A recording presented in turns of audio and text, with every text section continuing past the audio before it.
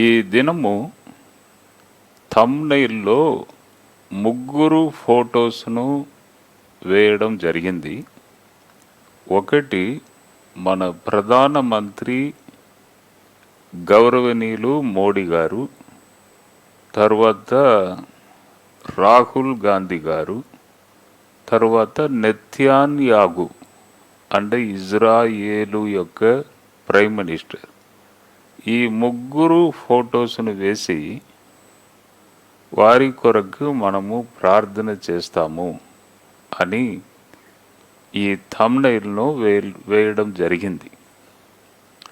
First మన ప్రధానమంత్రి గౌరవనీయులు మోడీ గారు, వారు దాదాపు 10 years ఇప్పుడు పరిపాలన చేశారు మన దేశమును.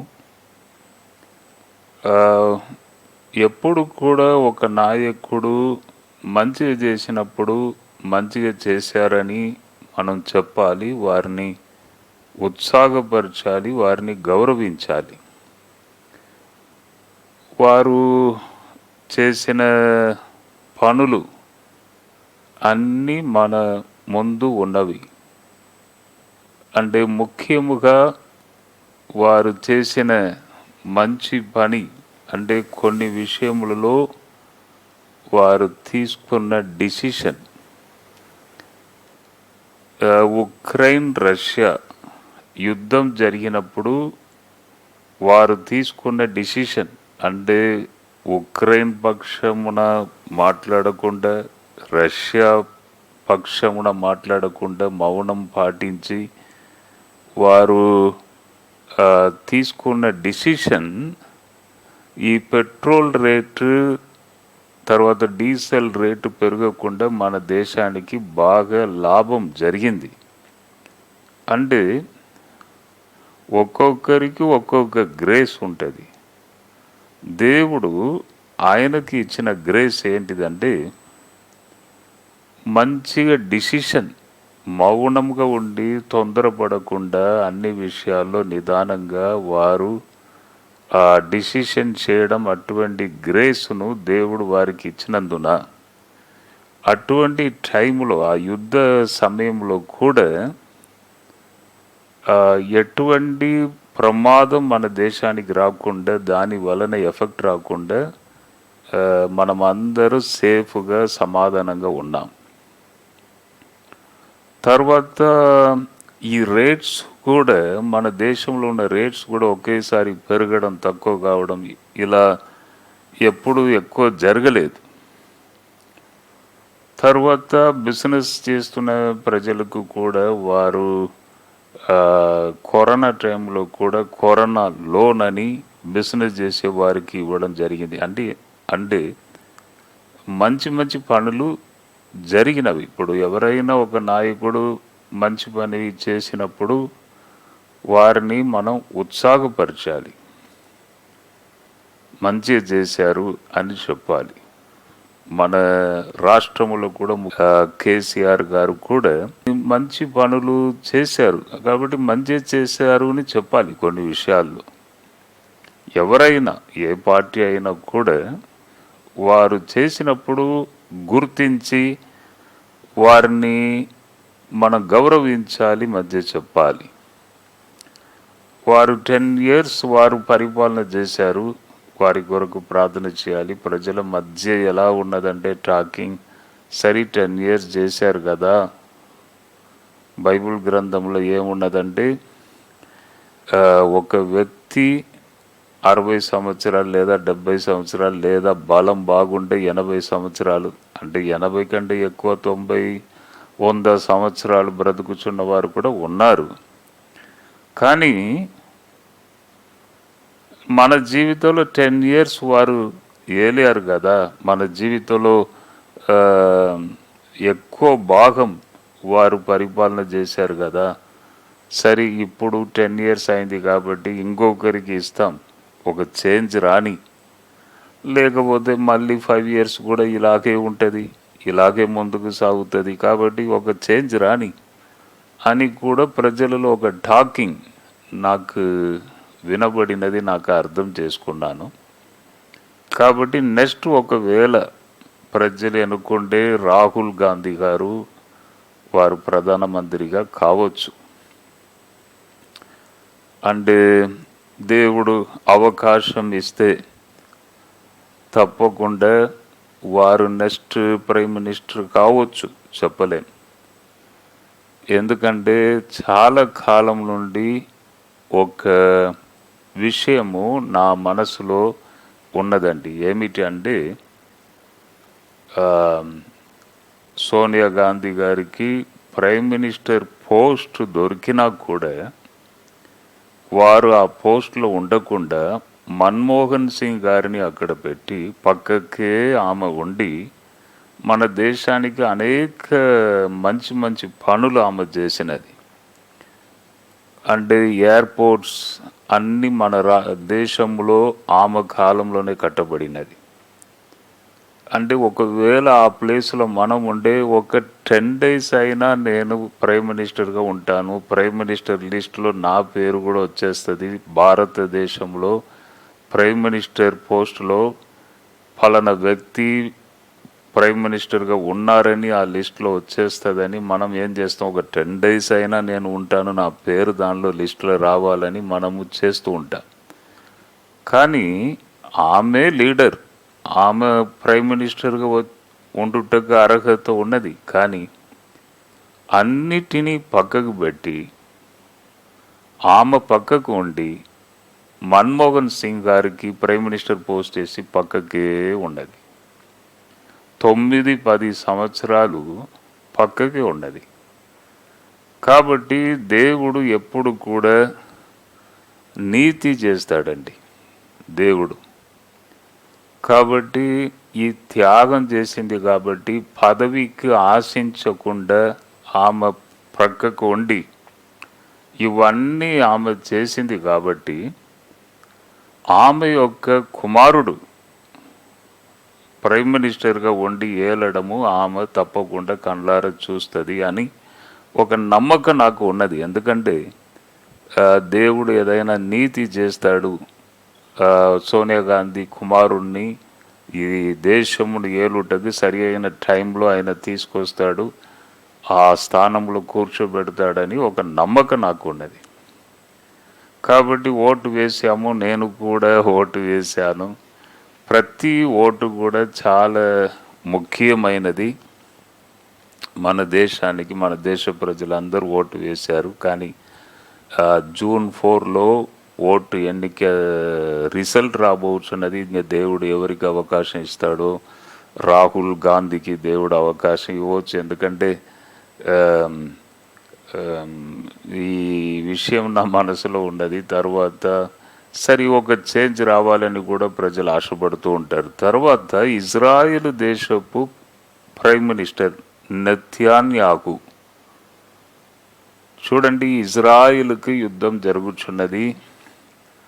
అంటే ఈరాన్, తర్వాత హిజ్బుల్లా, తర్వాత హమాస్. మనం వార్తలు చూస్తున్నాము. ప్రతిరోజు కూడా మనము యూట్యూబ్లో కూడా ఈ సమాచారము, ఈ న్యూస్ మొత్తం వచ్చుచున్నది.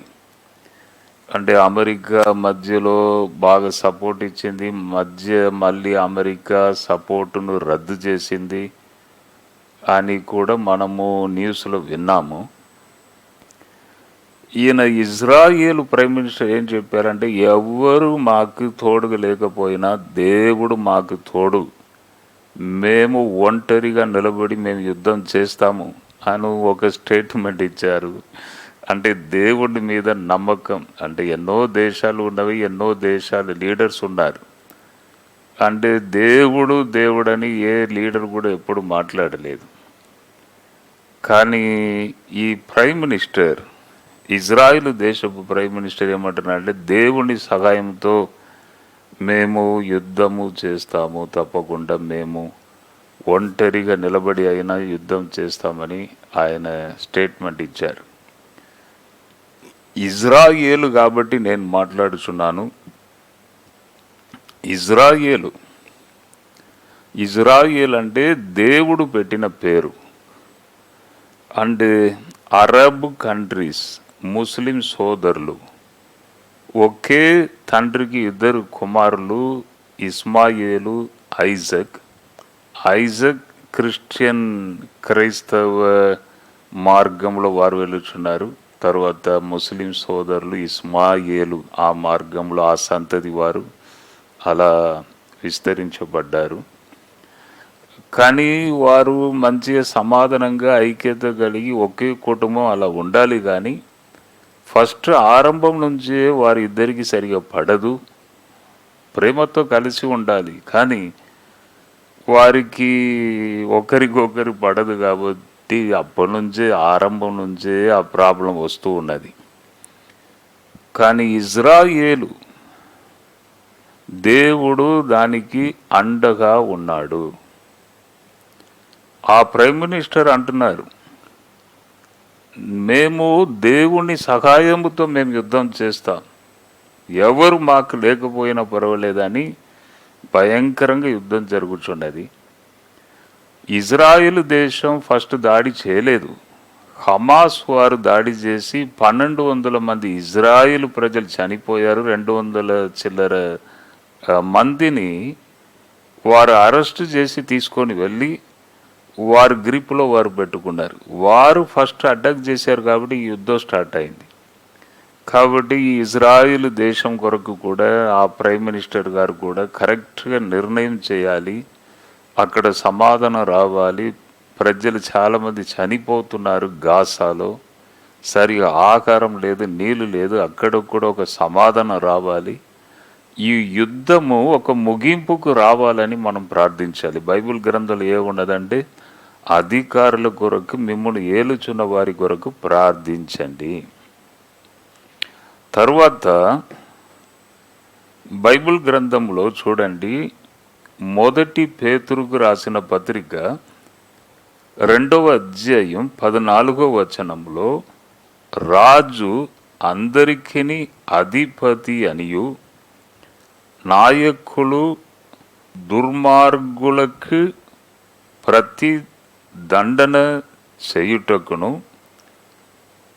సన్మార్గులకు మెప్పు కలుగుటకును రాజు వలను పంపబడిన వారనియు వారికి లోబడి ఉండుడి. అంటే అధికారములకు లోబడి ఉండండి, రాజుకు లోబడి ఉండండి. ఎందుకంటే వారికి అధికారం ఉన్నది, అధికారం అనేది దేవుడే ఇస్తున్నాడు. కాబట్టి వారందరికీ మీరు లోబడండి, ప్రార్థన చేయండి, మిమ్మల్ని ఏలుచున్న వారికి ప్రార్థన చేయండి అని బైబిల్ గ్రంథంలో ఉన్నది. కాబట్టి దేవుని బిడ్డలు ఏం చేయాలంటే, ప్రస్తుతం మనలను ఏలుచున్న మోడీ గారు, గౌరవనీయులు మోడీ గారు కొరకు ప్రార్థించాలి. తర్వాత రాహుల్ గాంధీ గారు, వారి కొరకు ప్రార్థించాలి. నెతన్యాహు వారి ఇజ్రాయెల్ దేశ ప్రైమ్ మినిస్టర్, వారి కొరకు కూడా ప్రార్థించాలి. జూన్ 4లో ఒక మంచి రిజల్ట్ రావాలి. మన దేశము ఇంకా అభివృద్ధి చెందాలి. భద్రత ఫస్ట్ ప్రజలు ఏం కోరుకుంటారంటే భద్రత, సేఫ్టీ ఉన్నదా? రాత్రి వెళ్ళి ఇంటిలో పడుకున్నప్పుడు నిద్ర ప్రశాంతంగా ఉన్నదా? అంటే సేఫ్టీ లేదా, భద్రత లేదా? ఇజ్రాయిల్ దేశంలో ఒకటి కనిపెట్టారు. నేను ఇంతకుముందు కూడా ఒకసారి మీకు చెప్పాను. ఐరన్ డ్రోన్ అంటే ఏ మిసైల్ కానీ ఏ రాకెట్ కానీ లోపల అనుమతించదు. ఎక్కడి నుంచి వచ్చుచున్నది మిసైల్ కరెక్ట్గా గుర్తుపెట్టి, కరెక్ట్గా అది వచ్చేటప్పుడే దానిని మార్గంలో దానిని ఆపివేసి అక్కడనే షూట్ చేస్తుందంట. Iron drone. సమీపకాలంలో ఇరాన్ దేశం నుండి 300 మిసైల్ ఇజ్రాయిల్ దేశం వైపు వచ్చినప్పుడు ఒక్క మిసైల్ కూడా ఇజ్రాయిల్ దేశంలోనికి రాలేదు, లోపల రాలేదు. అక్కడ ఉన్న ప్రజలు మంచి సేఫ్టీగా ఉన్నారు. మన దేశానికి కూడా సేఫ్టీ అవసరం. నాయకులు, వచ్చుచున్న నాయకులు ఇది అన్నీ చేయాలి. సామాన్య ఒక్క వ్యక్తి ఇది చేయలేడు. చాలా వేల కోట్లు, వందల కోట్లు ఉంటవి ఈ ఆయుధాలన్నీ. కాబట్టి ఆ దేశంతో మాట్లాడాలి, స్నేహం ఉంచాలి. మా దేశం కూడా ఇటువంటి భద్రత కావాలి. ఎందుకంటే ఎప్పుడైనా ఎవరైనా దాడి చేసినా కూడా ప్రజలకు ఏ అపాయం జరగకుండా భద్రత, సేఫ్టీ ఉంటుంది.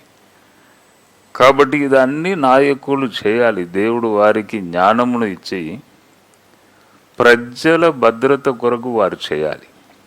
కాబట్టి ఈ నాయకుల కొరకు మనం ప్రార్థించాలి.